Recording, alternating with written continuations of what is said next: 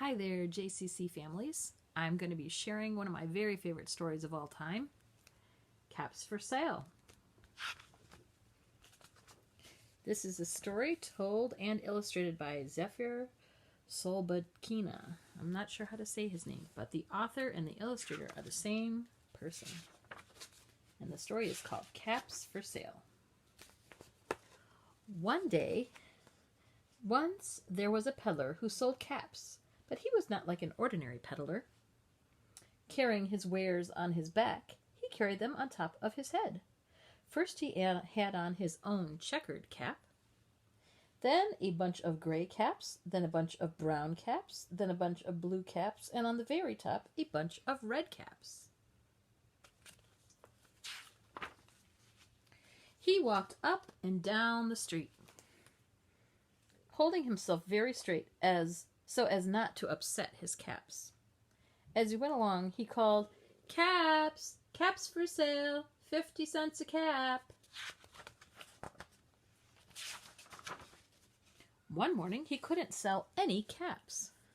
He walked up the street and he walked down the street calling, "Caps! Caps for sale! 50 cents a cap!" But nobody wanted any caps that morning. Nobody wanted even a red cap. He began to feel very hungry, but he had no money for lunch. "I think I'll go for a walk in the country," said he, and he walked out of town slowly, so as not to upset his caps. He walked for a long time until he came to a great big tree. "That's a nice place for a rest," thought he, and he sat down very slowly under the tree and leaned back little by little against the tree trunk so as not to disturb the caps on his head.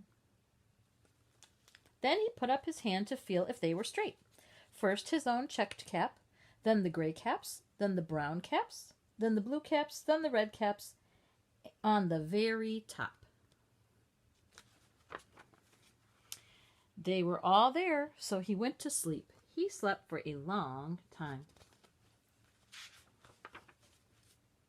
When he woke up, he was refreshed and rested. Uh-oh. But before standing up, he felt with his hand to make sure his caps were in the right place. All he felt was his own checkered cap. He looked to the right of him, no caps. He looked to the left of him, no caps.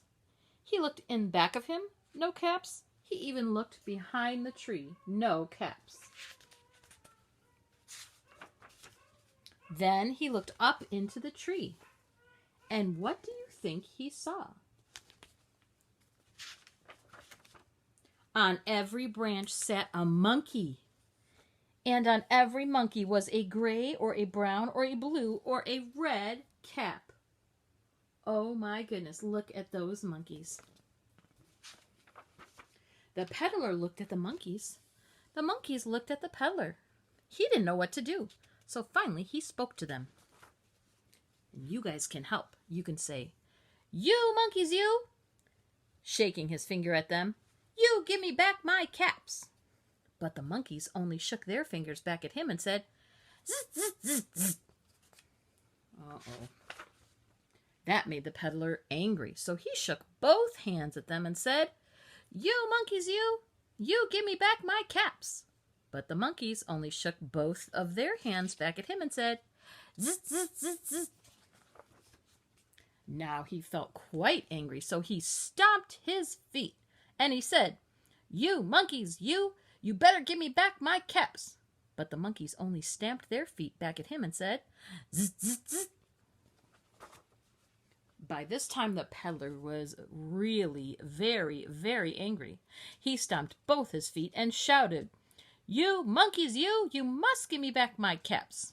But the monkeys only stamped both their feet back at him and said, "Zzz, zzz, zzz, zzz." At last, he became so angry that he pulled off his own cap and threw it to the ground and began to walk away. But then each monkey pulled off his cap. And all the gray caps, and all the brown caps, and all the blue caps, and all the red caps came flying down out of the tree. So the peddler picked up his caps and put them back on his head. First his own checkered cap, then the gray caps, then the brown caps, then the blue caps, then the red caps on the very top. And slowly, slowly he walked back to the town calling, can you say it? Caps, caps for sale, 50 cents a cap. The end. Thanks, guys. I hope you enjoyed Caps for Sale.